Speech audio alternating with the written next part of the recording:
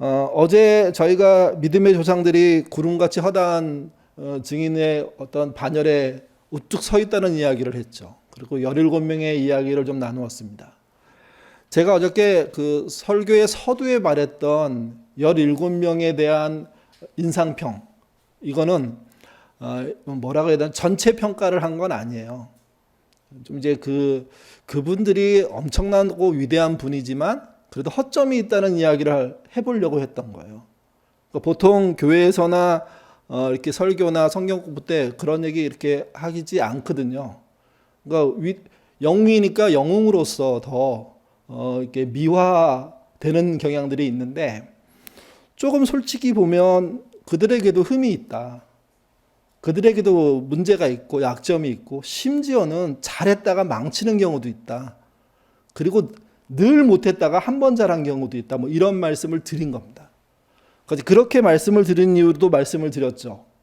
그분들이 특별하긴 하지만 정말 우수해서 그 성과를 이룬 게 아니라 하나님이 붙잡아 주셨기 때문에, 하나님이 그들의 작은 행적들을 인정해 주셨기 때문에 가능했다는 거죠. 또 그래서 우리에게도 희망이 있다는 얘기를 드렸습니다. 우리도 허다한 증인에 들어갈 수 있는 아주 어떤 조건들을 갖추고 수 있고, 우리도 믿음의 조상들처럼 우리의 생애에서 그분의 뜻을 따르는 용기 있는 행동들 해야 한다고 말씀을 드린 겁니다.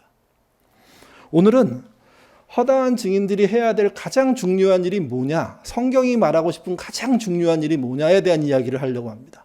그래서 이사야 이야기와 권정생 안수 집사님, 돌아가셨죠? 그 선생님의 이야기를 좀 해보려고 합니다. 한국교회가 가장 중요하게 생각하는 구호가 뭘까요, 여러분? 한번 대답을 해보시죠. 생각을 해보시죠. 여러분 교회 다녔는데 교회가 제일 중요하게 생각했던 게 뭐 같으세요? 뭘 목사님들이 설교 시간에 강조하던가요? 교회 행사가 어떤 방향으로 가던가요? 그걸 가장 잘 표현한 단어가 영혼구원이라는 단어예요. 그러니까 교회는 이 땅의 사람들에게 영혼이 있음을 알리는 것이고, 영혼을 구원하고자, 영생을 전달해주고자 존재한다 하는 이야기를 해온 거죠. 여러분, 영혼구원이라는 교회의 정신은 정말 고귀한 정신입니다. 잊지 말아야 됩니다. 수평이동이 많아지는 지금이라도 영혼이 새롭게 구원받는 일에 대해서는 교회가 관심을 가져야 됩니다. 영혼 구원이라는 그런 기치 아래 하는 전도, 그거 해야 됩니다. 너무나 많은 교인들이 이제 전도에서 벗어난 듯하게 행동해요. 근데 여러분, 여전히 전도는 중요합니다. 특별히 부모들에게 자녀 전도는 중요합니다. 자녀는 교회 다녀서 저절로 예수님을 믿는 사람들이 아니에요. 두 곳에 도움을 받아야 되는데 한 곳이 부모님이에요. 그래서 자녀를 놓고 자녀의 믿음이 좀 무너졌을 때 부모들의 마음이 아플 수밖에 없어요. 어쨌든 그들이 믿음을 가지고 세워지기를 기대하는 마음을 가져야 되는 거죠. 또 한 곳이 교회, 그리고 목회자, 뭐 이런 그룹이 해당되는 거죠. 그래서 영혼 구원은 여전히 중요한 일입니다. 근데 여러분, 영혼 구원이라고 말하는 전도, 그 전도의 행동으로 들어가면 좀 달라지지 않습니까? 전도는 명확해요. 영혼을 구원하는 거예요. 근데 전도가 교회의 성장으로 바뀐 경우가 허다해요. 그래서 이런 말이 있어요. 교회의 성장은 하나님의 뜻이라고요. 이거 한동안 많이 썼던 말이에요. 저도 부교육자 처음 시작할 때 그 담임 목사님이 이 얘기를 계속하니까, 그래, 성장은 해야지. 그래서 성장에 한동안 좀 매달린 적이 있었는데, 성장하면서 느낀 건 뭐냐면 성장보다 중요한 게 있다는 거예요. 그걸 놓치고 있다는 거죠, 이게. 그래서 결국 교회는 어떤 등식을 만들어냈냐면, 영혼 구원은 전도고, 근데 실제 전도는 교회로 이끌어오는 걸 말합니다. 그리고 전도는 또 뭐냐? 교회 성장이다. 이렇게 한 거예요. 그러면서 영혼을 구원해야 된다는 너무 좋은 방향성이 변질됐어요. 교회가 크는 걸로 바뀌어버렸어요. 그리고 교회가 크면 그게 그 목사님의 실력이 돼버리는 거예요. 그래서 뭐 이런 얘기도 있어요. 큰 교회 목사님이라고, 큰 교회 장로님이라고. 교회가 크면 큰일 한다고. 이런 식의 변질이 일어난 거죠. 여러분 이거 바로 잡아야 됩니다. 성경 이야기로 돌아가서 또 하나님께서 하신 말씀으로 돌아가서 보면 성경이 가장 중요하게 생각한 게 영혼 구원일까? 한번 질문을 던져보실 필요 있어요. 여러분 성경이 제일 중요하게 생각한 게 영혼 구원일까요? 그거보다 더 큰 주제 없나요? 더 크게 이루고 싶으신 거 하나님이 없으셨나요? 여러분 있었어요. 하나님이 이루고 싶은 게 뭐였냐면 평화로운 세상이었어요. 이거를 이제 천국과 연결시키면 하나님 나라를 이 땅에 세우고 싶으신 거였어요. 영혼 구원이라는 주제도 크고 중요하지만 그보다 더 큰 주제가 뭐냐면 평화의 나라예요. 그리고 이스라엘은 그거를 샬롬이라고 불렀죠. 그러니까 샬롬이 이루어지는 나라를 세우고 싶으신 거예요. 영혼 구원은 한 명 한 명을 구원시키는 일이라면 평화의 나라는 그들이 모여있는 나라 전체 그리고 그들과 함께 관계된 여러 나라들이 연결되는 그런 세상의 평화, 세계의 평화, 이게 성경이 계속해서 주장하는 방향성이에요. 그러니까 이 주제를 놓치고 영혼 구원이라는 데 집중하더니 영혼 구원을 어떻게 써먹었냐면 경쟁으로 써먹은 거예요. 사람 모으기로 써본 거예요. 신천지라는 집단이 뭐 교리 같은 걸 뭐 그렇게 어렵지도 않고 심오하지도 않지만 그들이 힘을 갖는 가장 큰 이유가 뭔지 아십니까? 사람을 모아들이는 일이 그 어떤 것보다 중요하다고 가르치는 거예요. 심지어 사람을 빼앗아 오는 것도 좋은 일이라고 가르치는 거예요. 교인들끼리도 그런 교인 있잖아요. 다른 교회 나가는 사람 우리 교회로 데리고 오면 좋은 일이라고 생각하는 분들. 그게 신천지의 생각하고 비슷해요. 신천지는 아예 누군가를 데리고 오기 위해서 공작을 하는 거예요. 연기를 하는 거예요. 해프닝을 만들어내는 거예요. 그들을 빼앗아 오는 거예요. 근데 여러분 신천지의 기본적인 생각이 교회 안에도 있다는 거 생각해 보면 참 답답해요, 사실은. 영혼의 구원이 중요하지만 성장을 목적으로 사람을 채우기 위해서 뺏어오는 건 안 되거든요. 타 종교인을 뺏어오는 것도 조심해야 될 일이고 교회끼리 경쟁하는 것도 대단히 조심해야 될 일이에요. 왜 그러냐면 영혼 구원이라는 기본 길이 변질되기 때문에 그래요. 전에 교회에서 있었던 일이에요. 거긴 전도하는 분들이 대회성 전도를 하는데 연말에 시상을 하게 됐어요. 근데 1등이 두 분이 나왔어요. 근데 두 분이 전부 다 자기가 1등이라고 주장하기 시작했어요. 그래서 이제 어떤 일이 벌어지면 교육자실에서 그분들이 전도한 명단을 다 그렇게 적어놓고 몇 명인지 다시 확인하고 그 다음에 애매한 이제 한 명이 나중에 그 둘이 전도했다고 막 우기게 돼가지고 그분 전도 당한 분한테 전화해서 누가 전도했냐고 까지 물어보게 된 거예요, 이게. 그러니까 그 문제를 제기하는 순간 교회 전도가 많이 잘못됐구나 하는 판단을 할 수밖에 없었어요, 교육자 입장에서. 그래서 이제 그런 제안을 했죠. 이런 거 없애자고. 근데 교회를 운영하는 입장에서는요, 사람을 모아야 되는 입장에서는 그것만큼 좋은 방법이 없거든요. 그래서 연말에 시상을 하는데 두 분한테 물었죠. 어떻게 해서 당신들이 전도했다고 주장하는 거냐? 그랬더니 한 분은 자기가 길에서 만나서 복음을 전해서 데리고 왔다는 거예요. 한 분은 자기가 교회에서 만나서 등록카드를 썼다는 거예요. 누가 전도한 겁니까? 여러분 그날 이후로 사실은 그 두 분은 완전히 적같이 돼버렸어요. 순식간에. 그전에는 같이 다녔거든요. 전도도 같이 다니고 서로 가르쳐도 주고 막 이랬는데 전도하다가 둘 사이에 있는 평화가 깨지니까 둘을 중심으로 그룹이 생기고 그들 안에 갈등이 일어나고 교회는 그 문제를 해결해서 전전긍긍할 수밖에 없어요. 왜? 당신이 옳았어, 당신이 틀렸어 이렇게 말할 수가 없기 때문에. 영혼 구보다 그래서 더 중요한 게 뭐냐? 평화입니다. 성경이 실제 가장 중요하게 했던 건 샬롬, 평화를 이루고 싶으셨던 거예요. 그런 세상을 누가 먼저 하기를 기대했냐면 이스라엘이 먼저 하기를 기대했어요. 너희가 진짜 평화로운 나라를 만들고 평화 세상을 놓고 열방과 그 교류를 시작한다면 너희가 진짜 중심이 될 수밖에 없다. 이렇게 얘기했는데 이스라엘은 안 믿은 거죠. 오늘날 교회도 안 믿습니다. 그거에 대해서. 일단 우리 교회가 크고 봐야죠. 이게. 이사야라는 선지자는 기원전 8세기에 남유다 왕국의 선지자로 부름받았습니다. 그가 요담 왕이라는 왕이 있을 때 사역을 시작했는데요. 이 얘기를 할 때 먼저 정리할 게 있어요. 선지자란 본인이 하고 싶은 일을 하는 사람을 말하지 않아요. 다른 말로 예언자라고 하잖아요. 본인이 하고 싶은 말을 예언이라고 말하지 않아요. 선지자, 예언자가 하는 말은 모두 하나님이 주신 말이에요.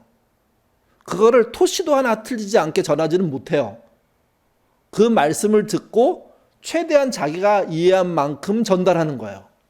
때로는 예화를 들 수도 있고 설교처럼 때로는 설명을 할 수도 있지만 어쨌든 하나님이 주신 기본 틀에서 완전히 벗어나지 않고 그 메시지를 그대로 전하는 거예요. 그리고 선지자가 제일 조심할 게 뭐냐? 사감을 넣으면 안 돼요. 사적인 감정을. 편가름하면 안 돼요.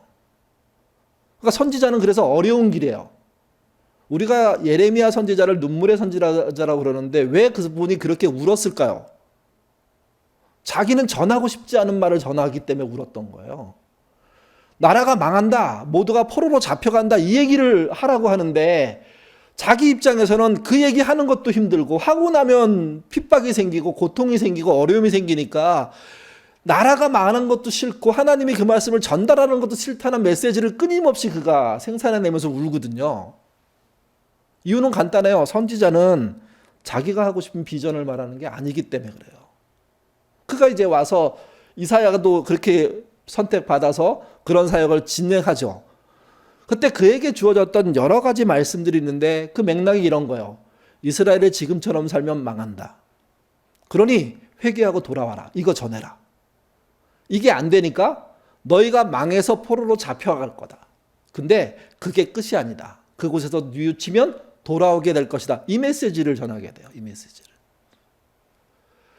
오늘 메시지는 그런 메시지 중에 회복에 관한 메시지예요. 너희가 네 맘대로 살다가 하나님을 떠나서 결국 망하게 되고 포로로 잡혀가게 되는데 그 잡혀가는 일들을 통해서 하나님이 다시 시작하고 싶은 게 있다. 근데 이제 이 이야기가 아주 유명한 동화 같은 이야기잖아요. 그 부분만 같이 한번 읽어보죠. 6절에서 9절의 말씀입니다. 읽겠습니다. 그때 이리가 어린 양과 함께 살며 표범이 어린 염소와 함께 누우며 송아지와 어린 사자와 살찐 짐승이 함께 있어 어린아이에게 끌리며 암소와 곰이 함께 먹으며 그것들의 새끼가 함께 엎드리며 사자가 소처럼 풀을 먹을 것이며 젖 먹는 아이가 독사의 구멍에서 장난하며 젖된 어린아이가 독사의 굴에 손을 넣을 것이라. 여기까지만 읽으면요. 여러분, 하나님 나라 가면 이런 일이 실제 벌어질까요? 어떻게 생각하세요? 진짜 막 곰하고 같이 다니고 그럴까요? 네? 이거를 사실적으로 믿는 분도 계세요. 반대로 이거를 상징적으로 믿는 분도 계세요. 그러니까 이 정도로 그동안의 갈등이 무너진 세상이라고 얘기하는 분도 계시고 반대로 이게 그대로 이루어진다고. 정확한 건요, 가봐야지 알 것 같아요. 정확하게는 모르겠어요. 근데 실제 이루어진다고 믿든 상징적으로 이게 이런 형태의 대단한 혁신적인 변화가 있는 세상에 이루어진다고 믿든 상관없이 중요한 건 뭐냐면 여기서 보여주는 메시지는 등장하는 동물과 사람이 평화를 진짜 누리고 있다는 거죠. 이게. 그러니까 그 세상을 너희가 다시 시작하자라는 얘기를 하는 거예요. 너희로부터 시작됐으면 좋겠다는 얘기를 하는 거예요. 그러니까 하나님이 이런 죄송한 표현인데 고집이 엄청 세신 것 같아요. 한 번 사랑한 사람들을 놓지 않으려고 하잖아요. 포기하지 않잖아요. 이스라엘 같으면 제가 하나님이었다면 되게 건방진 표현이지만 말도 안 되지만 버려도 이미 여러 번 버렸을 것 같아요. 너희 필요 없었어. 다시 시작해. 이랬을 것 같은데 그분은 한 번 마음 주고 난 다음에 한 번도 변함없이 너희를 끝까지 사랑해요. 근데 그분의 사랑이라는 게 무조건 덮어주는 사랑이 아니어서 문제인 거예요. 옳게 가도록 하기 위한 채찍을 드는 사랑이었던 거죠. 이게. 9절의 말씀. 이 말씀을 정리하는 말씀이에요. 어떤 말씀인지 같이 한번 읽어보겠습니다. 내 거룩한 산 모든 곳에서 해됨도 없고 상함도 없을 것이니 이는 물이 바다를 덮은 같이 여호와를 아는 지식이 세상에 충만할 것임이니라. 메시지는 이렇게 번역합니다. 어떤 짐승이나 사람도 남을 해치지 않고 죽이지 않고 죽이는 일이 없는 나라가 그 나라라는 거죠. 온 땅에 하나님을 아는 산 지식이라고 얘기해요. 개역개정은 그냥 하나님을 아는 지식이라고 얘기했는데 메시지는 산 지식이라고 얘기해요. 이게 무슨 얘기냐면 삶에 실제 쓰이는 지식이라는 거예요. 살아있고 생명 있는 지식이라는 거예요. 또 대양처럼 깊고 대양처럼 넓은 산 지식으로 차고 넘치는 나라를 누가 시작하고 싶으시냐면 다시 하나님이 시작하시고 싶은 거예요. 그래서 이사야서의 주제를 영혼 구원이라고 보지 않고요. 전도라고 보지 않고요. 뭘로 보게 되냐면 평화의 나라를 시작하기를 원한다로 보는 거예요. 지금은 엉망이어서 이게 망할 수밖에 없다. 근데 다시 시작할 기회를 줄 거다. 그러면 평화를 이루는 나라 되라. 이 메시지는 이스라엘에게 해당될 때는 이스라엘 민족이 그렇게 해야 된다는 얘기가 되고 우리로 넘어오면 우리 개인과 우리가 일구는 가정과 우리의 직장과 그리고 우리의 마을과 나라가 평화의 나라가 되는 게 중요한 겁니다. 이게. 그래서 교회는 이 땅의 평화의 중심지가 돼야 되고요. 평화를 전하는 역할을 하는 곳이 돼야 돼요. 여러분 영혼 구원도 진정한 평화를 위해서 필요했던 거예요. 하나님을 알아야 하니까. 알면 더 평화를 유지할 수 있으니까. 사진 한 장 보게 될 겁니다. 이사야 평화 또 나오네요. 네, 사진까지 보여주죠.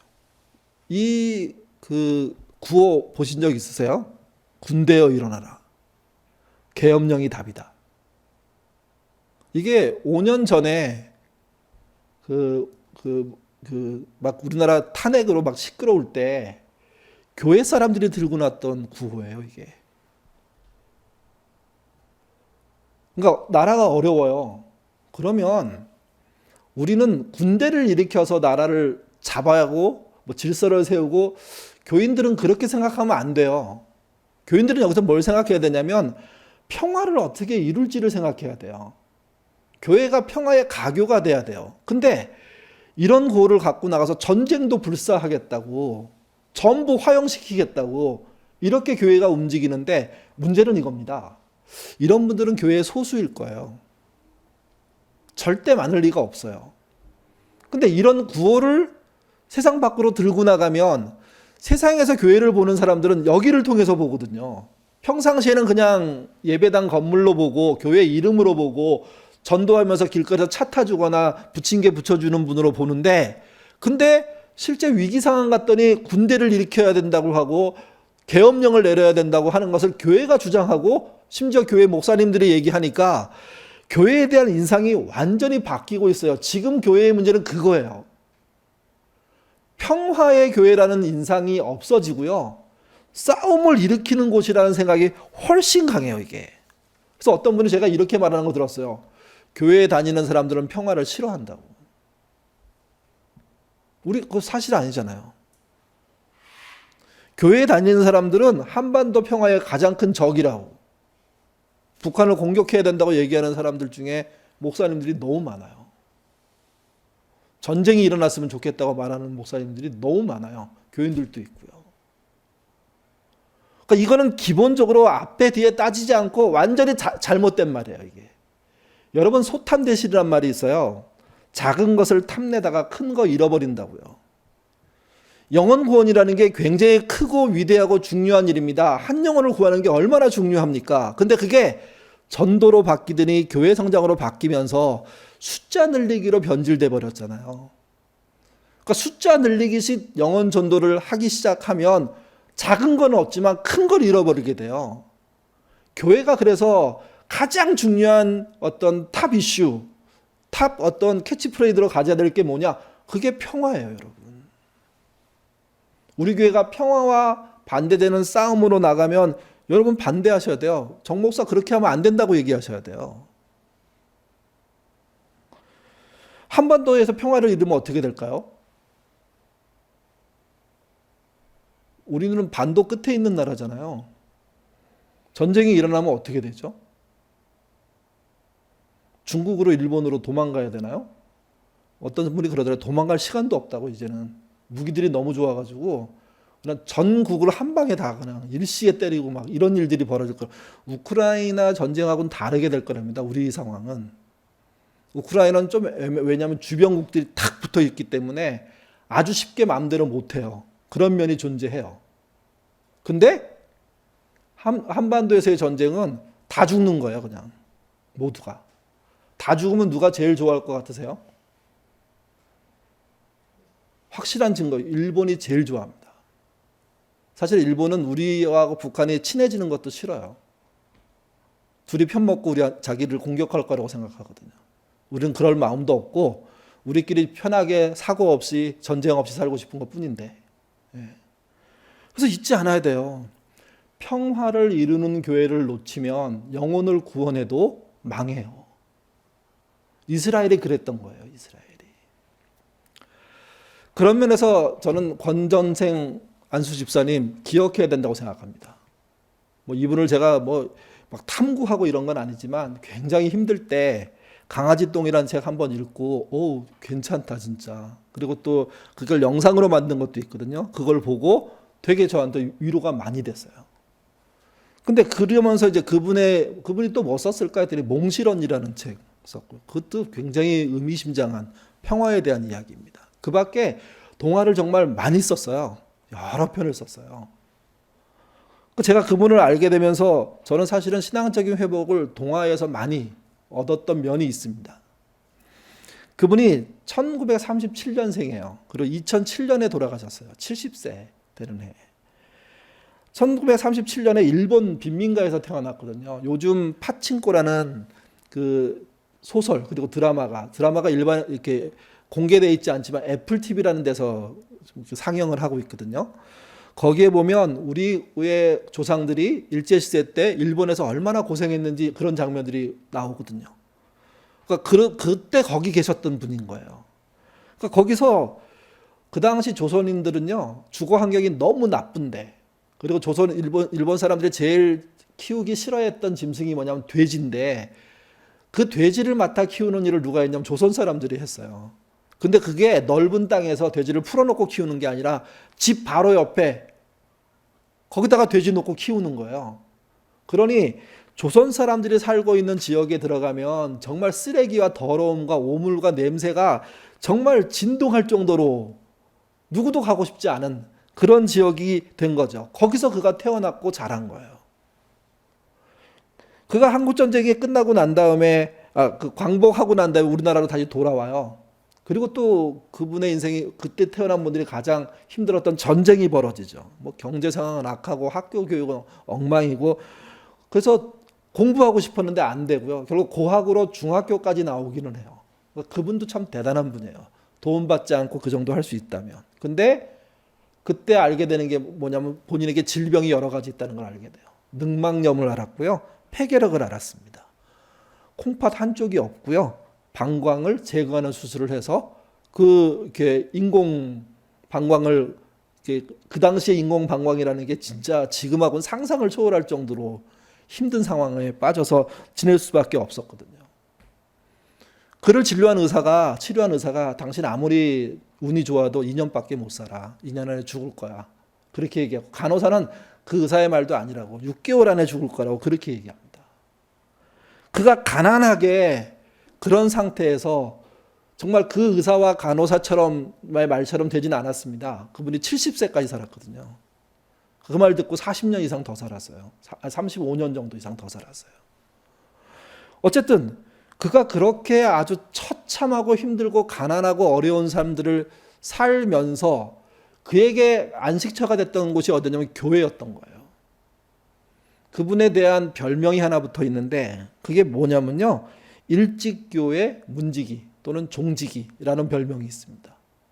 가난하니까 집이 없고요. 집이 없으니까 그분이 안동에 살았는데 안동에 있는 일찍교회라는 교회에서 문간방을 내준 거예요. 그래서 문방가에 사니까 자연스럽게 우리 요즘 교회로 치면 사찰 집사님 비슷한 역할들을 하게 되죠. 왜? 교회에 있는데 아무것도 안 할 수는 없으니까. 그러면서 종치는 역할들을 한 거야. 시계에 맞춰서 일어나서 본인이 종치면 사람들이 오고, 또 돌아가면 다음 날 또 새벽에 또 종치고, 예배 시간에 또 종치고, 뭐 이런 일들을 하면서 평생 종치기로 산 거죠. 그러다 그가 1969년도에 책을 썼는데 그게 강아지 똥이에요. 강아지 똥의 유명한 대사가 이거예요. 하나님은 쓸데없는 물건을 하나도 만들지 않으셨어. 너도 꼭 무엇인가 귀하게 쓰일 거야. 그 얘기를 본인이 깨닫고 알아서 그 얘기를 동화책에 넣어서 강아지 똥이 하는 말, 듣는 말로 설명해 주는데, 놀라운 건 이 책이 굉장히 많이 팔렸습니다. 아이들 똥 얘기 좋아하잖아요. 거기 대열에 들어가기도 했고요. 더 놀라운 건 그 똥 얘기 속에 하나님이 메시지를 주는데, 너 괜찮은 아이야. 잘할 수 있어. 네가 아무리 못해도 쓸데없는 거 아니야. 진짜 너에게 귀하게 쓸 것을 하나님이 주셨어 하는 메시지를 주는 책으로 아주. 그래서 정말 많이 팔았어요. 그래서 그분이 생각보다 부자예요. 근데 평생 종지기로 사셨어요. 자기에 들어온 수입들 사실은 나누는 데 쓰고요. 그리고 마지막 유언이 뭐였냐면, 남겨진 재산이 좀 있었는데 그거 전부 다 사회에 환원하는 걸로 해달라고. 그리고 돌아가셨어요. 이게. 그분이 쓴 책 중에 눈물 흘리시는 하나님이란 책이 있습니다. 이 동화책의 주인공은 토끼 도리예요.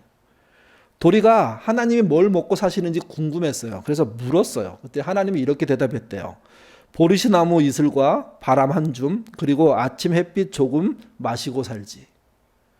영양가가 하나도 없는 안 먹어도 될 것 같은 것만 드시고 산대요. 이게 물론 이제 이게 그 이야기를 풀기 위한 설정이긴 하죠. 이게.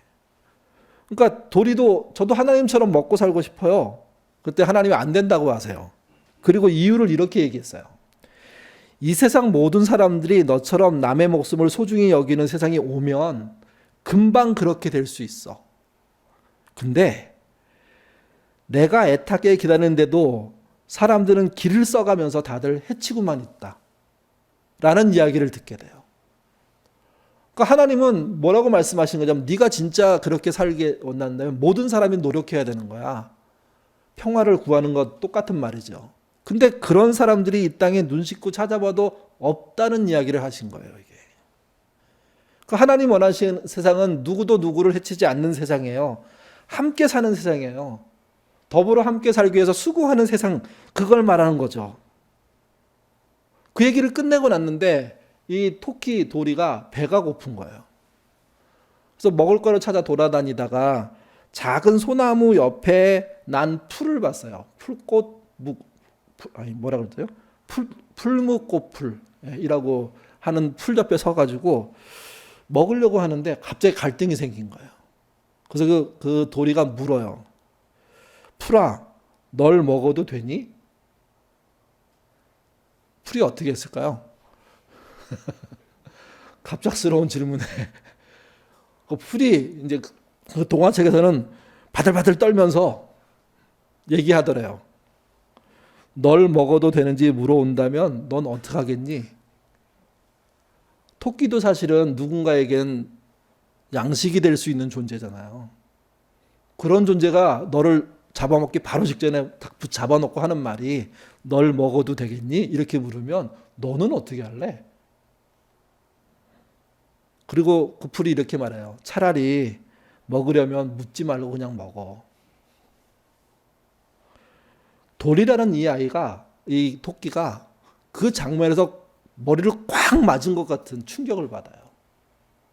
조금 전만 해도 하나님처럼 살고 싶어요. 그랬더니 하나님이 이 땅에 있는 애들은 그렇게 살 마음들이 없어. 그런 세상은 함께 노력해서 오는 거야. 그리고 자신이 일상으로 돌아와서 뭘 먹어야 하는 상황, 먹지 않으면 힘든 상황이 되고서 뭘 먹으려고 하니까 양심이 좀 찔려서 물었던 거죠. 근데 그 풀이 너도 나에게 한 질문을 듣는다면 어떻게 하겠냐 하는 얘기를 듣고 그냥 충격을 받은 거예요. 평화를 누가 깨냐? 작은 한 사람 한 사람이 깨고 있다는 거죠. 물론 먹이 활동을 가지고 설명한 이 이야기는 권정성이라는 그분이 꾸며낸 이야기예요. 소설인 거죠. 동화인 거죠. 그렇기 때문에 현실 세상에서는 그대로 적용되지 않아요. 근데 이 책이 주는 메시지가 뭐냐? 평화는 특정 몇 명이 깨는 게 아니라는 거예요. 우리 모두가 깨고 있다는 거예요. 그 평화를 깨는 주체가 나라는 사실을 알아야 된다는 거죠. 도리가 정말 기를 쓰면서 다 해치는 세상에 대한 이해를 가질 때 하늘에서 물방울이 하나 떨어져요. 그리고 도리는 그거를 맞아요. 그리고 알아요. 아, 하나님의 눈물이구나. 왜 하나님이 울고 계시느냐? 이 책은 이렇게 말하는 거예요. 사람들이 평화를 깨는데 집중하고 있기 때문에, 자기가 살기 위해서 평화를 깨는 삶들을 살고 있기 때문에 그 마음을 조금도 이해 못하는데 미물인 토끼가 그것을 알기 위해서 접근을 했다는 거죠. 그리고 접근해서 깨달고 난 다음에 본인 자신을 뉘우치고 있다는 거죠. 그걸 본 하나님이 눈물을 흘려서 괜찮아 하는 신호를 줬다는 거예요. 파괴해란 뜻이 아니라 내 마음을 이해해서 너무 고마워.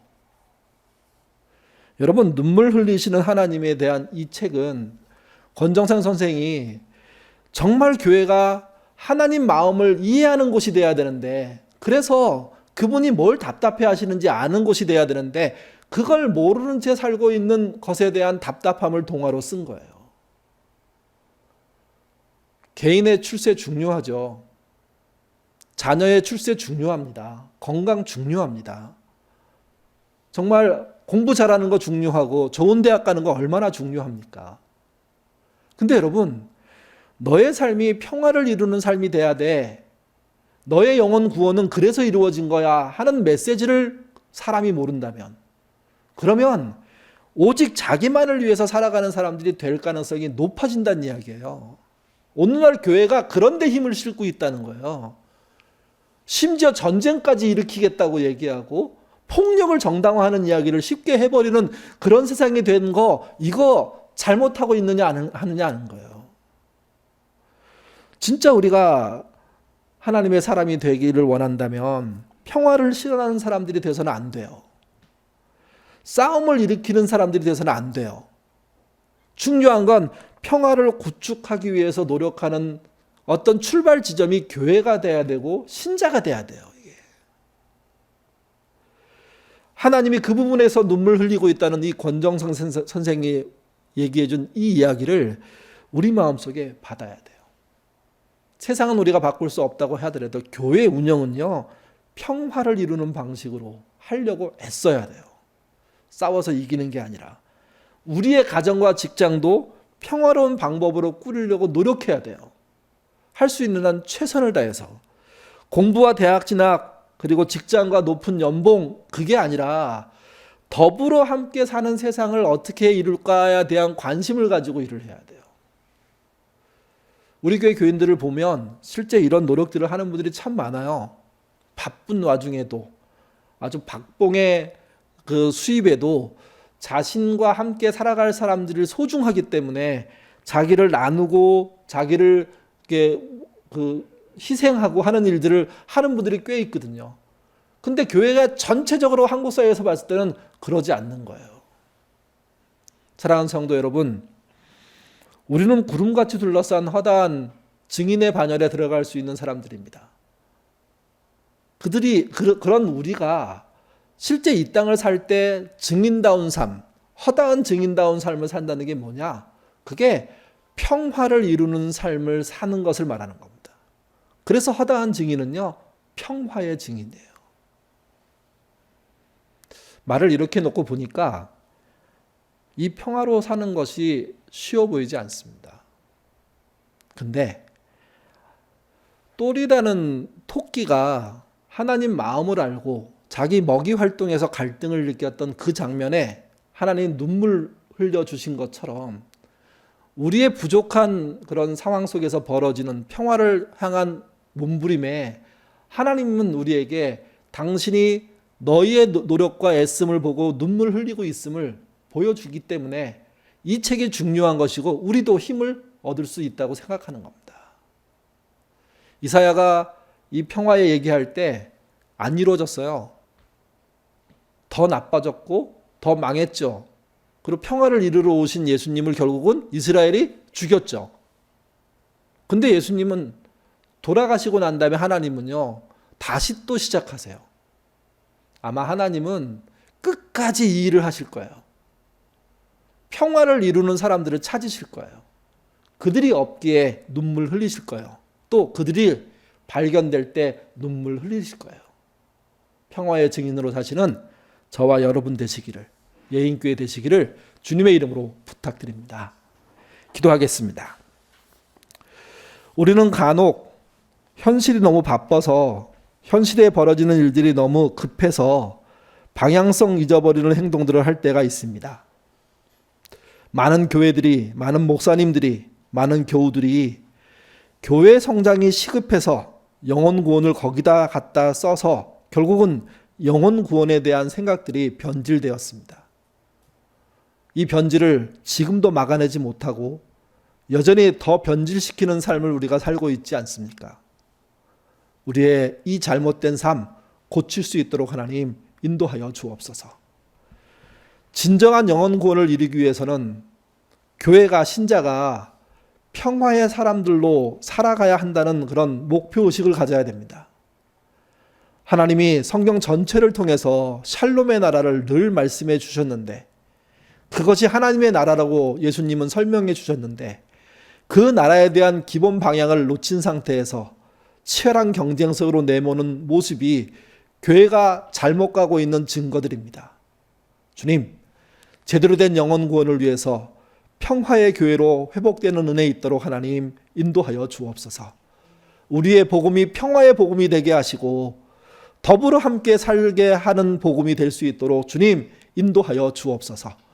평화의 복음으로 세상을 보기 시작한다면 생각보다 많은 것을 용납할 수 있고 생각보다 많은 것을 정말 이해할 수 있습니다. 또 반대로 어떤 것과 싸워야 하는지도 명확하게 보입니다. 사람들의 갈등을 유발시키고 차별을 일상화시키고 전쟁을 부추기는 그 행동들은 막으면서도 정말 이 땅에 건강한 사람으로서 살 수 있는 길들을 여는 길에서는 동의하는 그런 평화를 이루는 삶 우리가 살 수 있도록 하나님 인도하여 주옵소서. 예인교회 운영도 그런 운영이 되어야 됩니다. 누구의 의견이 더 좋은 의견이기 때문에 다른 의견이 전부 물러서는 그런 것이 아니라 정말 서로 내놓은 의견을 놓고 심사숙고하면서도 함께 의견을 반영해서 갈 수 있는 방법들을 찾는 그런 교회로서의 평화 이루는 은혜 있도록 주님 인도하여 주옵소서. 앞으로 교회가 평화를 놓치면 결국은 교회는 이 세상에서 필요 없는 존재가 되고 말 겁니다.